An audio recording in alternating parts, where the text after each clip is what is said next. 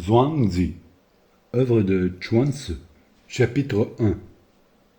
Vers l'idéal. C'est faux en croire d'anciennes légendes. Dans l'océan septentrional vit un poisson immense qui peut prendre la forme d'un oiseau. Quand cet oiseau s'enlève, ses ailes s'étendent dans le ciel comme des nuages. Rasant les flots dans la direction du sud, il prend son élan sur une longueur de 3000 stades, puis s'élève sur le vent à la hauteur de 90 000 stades dans l'espace de 6 mois. Ce qu'on voit là-haut dans l'azur, sont-ce des troupes de chevaux sauvages qui courent? Est-ce de la matière pulvérilante qui voltige? Sont-ce des souffles qui donnent naissance aux êtres? Et l'azur est-il le ciel lui-même? Ou n'est-ce que la couleur du lointain infini dans lequel le ciel, l'être personnel des annales et des odes, se cache? Et de là-haut, voit-on cette terre? Et sous quel aspect? Mystère. Quoi qu'il en soit, c'est le vent du vaste océan est porté sur la grande masse de l'air, seul support capable de soutenir son immensité. Le grand oiseau plane à une altitude prodigieuse.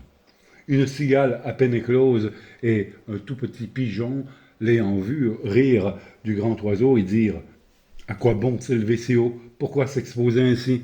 Nous qui nous contentons de voler de branche en branche, sans sortir de la banlieue, quand nous tombons par terre, nous ne nous faisons pas de mal. Chaque jour, sans fatigue, nous trouvons notre nécessaire. Pourquoi aller si loin? Pourquoi monter si haut? Les soucis n'augmentent-ils pas en proportion de la distance et de l'élévation? Propos des deux petites bêtes sur un sujet dépassant leurs compétences. Un petit esprit ne comprend pas ce qu'un grand esprit embrasse. Un petit esprit ne comprend pas ce qu'un grand esprit embrasse. Une courte expérience ne s'étend pas aux faits éloignés. Le champignon qui ne dure qu'un matin ne sait pas ce qu'est qu'une lunaison. L'insecte qui ne vit qu'un été n'entend rien à la succession des saisons. Ne demandez pas à des êtres éphémères des renseignements sur la grande tortue dont la période est de 5 siècles, sur le grand arbre dont le cycle est de 8000 années. Même le vieux Pengsu ne dira rien de ce qui dépasse les 8 siècles que la tradition lui prête. À chaque être, sa formule de développement propre. Il est des hommes presque aussi bornés que les deux petites bêtes subdites. Ne comprenant que la routine de la vie vulgaire, ceux-là ne sont bons qu'à être mandarins d'un district ou seigneur d'un fief tout au plus. Maître Joug de Song fut supérieur à cette espèce et plus semblable au grand oiseau. Il vécut également indifférent à la louange et au blâme. S'en tenant à son propre jugement, il ne se laissa pas influencer par l'opinion des autres. Il ne distingua jamais entre la gloire et la défaveur. Il fut libre des liens des préjugés humains. Maître Li Cheng fut supérieur à Maître Jung, et encore plus semblable au grand oiseau. Son âme s'envolait sur l'aile de la contemplation, parfois pour 15 jours, laissant son corps inerte et insensible. Il fut presque libre des liens terrestres. Pas tout à fait pourtant, car il lui fallait attendre le rapt ectatique. Un reste de dépendance. Supposons maintenant un homme entièrement absorbé par l'immense giration cosmique et se mouvant en elle dans l'infini. Celui-là ne dépendra plus de rien. Il sera parfaitement libre dans ce sens que sa personne et son action seront unies, à la personne et à l'action du grand tout. Aussi, dit-on très justement, le surhomme n'a plus de soi propre. L'homme transcendant n'a plus d'action propre. Le sage n'a plus même un nom propre, car il est un avec le tout. Jadis, l'empereur Yao voulut céder l'empire à son ministre Hu Yu. Il lui dit « Quand le soleil ou la lune rayonnent, on éteint le flambeau. Quand la pluie tombe, on met de côté l'arrosoir. C'est grâce à vous que l'empire prospère. Pourquoi resterai-je sur le trône? Veuillez y monter. » Merci, dit Huyu. Veuillez y rester. C'est vous, régnant, que l'Empire a prospéré, que m'importe à moi mon renom personnel. Une branche dans la forêt suffit à l'oiseau pour se loger. Un petit peu d'eau bu à la rivière désaltère le rat. Je n'ai pas plus de besoin que ces petits êtres. Restons à nos places respectives, vous et moi. Ces deux hommes atteignirent à peu près le niveau de maître Yong de Song. L'idéal taoïste est plus élevé que cela. Un jour, Qianu dit à Lien Chu, j'ai ouï dire à Tzu des choses exagérées, extravagantes. Qu'a-t-il dit demanda Lien Chu. Il a dit que dans la lointaine île Kuchi habitent des hommes transcendants, blancs comme la neige, frais comme des enfants, lesquels ne prennent aucune sorte d'aliment, mais aspirent le vent et boivent la rosée. Ils se promènent dans l'espace, les nuages leur servant de chars et les dragons de monture. Par l'influx de leur transcendance, ils préservent les hommes des maladies et procurent la maturation des moissons. Ce sont là évidemment des folies, aussi n'en ai-je rien cru. Lien Chu répondit. L'aveugle ne voit pas parce qu'il n'a pas d'yeux. Le sourd n'entend pas parce qu'il n'a pas d'oreille. Vous n'avez pas compris Tsiyu, parce que vous n'avez pas d'esprit. Les surhommes dont il a parlé existent. Ils possèdent même des vertus bien plus merveilleuses que celles que vous venez d'énumérer. Mais pour ce qui est des maladies et des moissons, ils s'en occupent si peu que l'Empire tomba-t-il en ruine, que tout le monde leur demanda-t-il secours. Ils ne s'en mettraient pas en peine, tant ils sont indifférents à tout.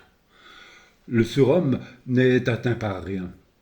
Le déluge universel ne le submergerait pas.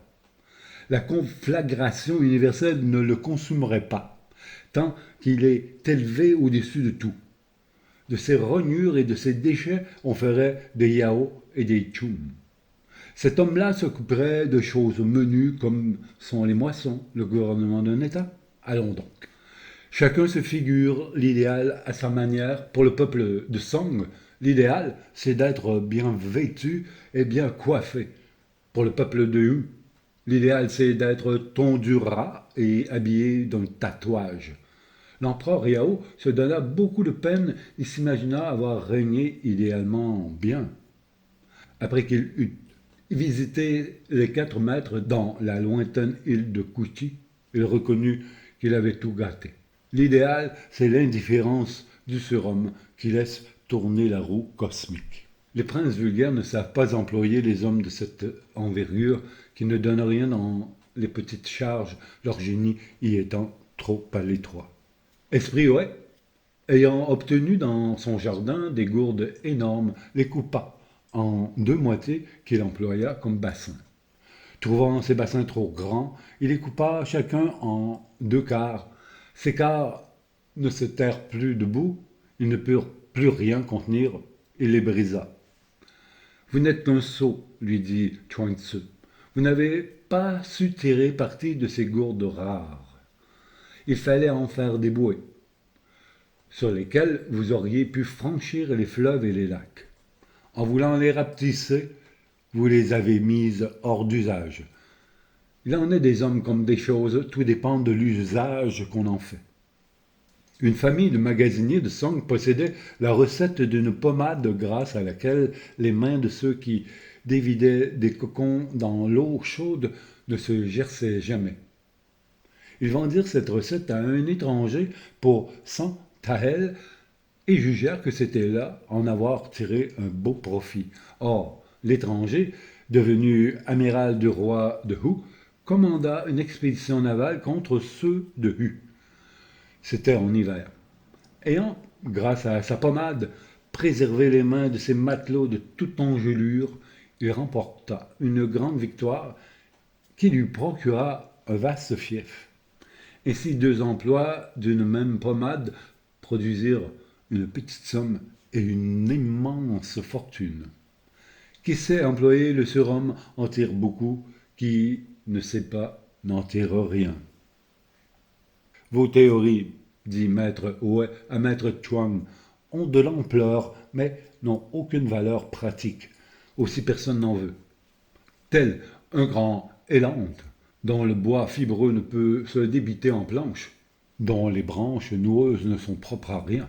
Tant mieux pour moi, dit maître Chuang, car tout ce qui a un usage pratique périt pour ce motif. La marque a beau user de 1000 stratagèmes, elle finit par périr. Sa forêt est tant recherchée. Le yak, pourtant si puissant, finit par être tué, sa queue servant à faire des étendards. Tandis que l'élante, auquel vous me faites l'honneur de me comparer, poussé dans un terrain stérile, grandira tant qu'il voudra, ombragera le voyageur et le dormeur sans crainte aucune de la hache et de la doloire, précisément parce que, comme vous dites, il n'est propre à aucun usage. N'être bon à rien, n'est-ce pas un état dont il faudrait plutôt se réjouir? À boire, s'il te plaît.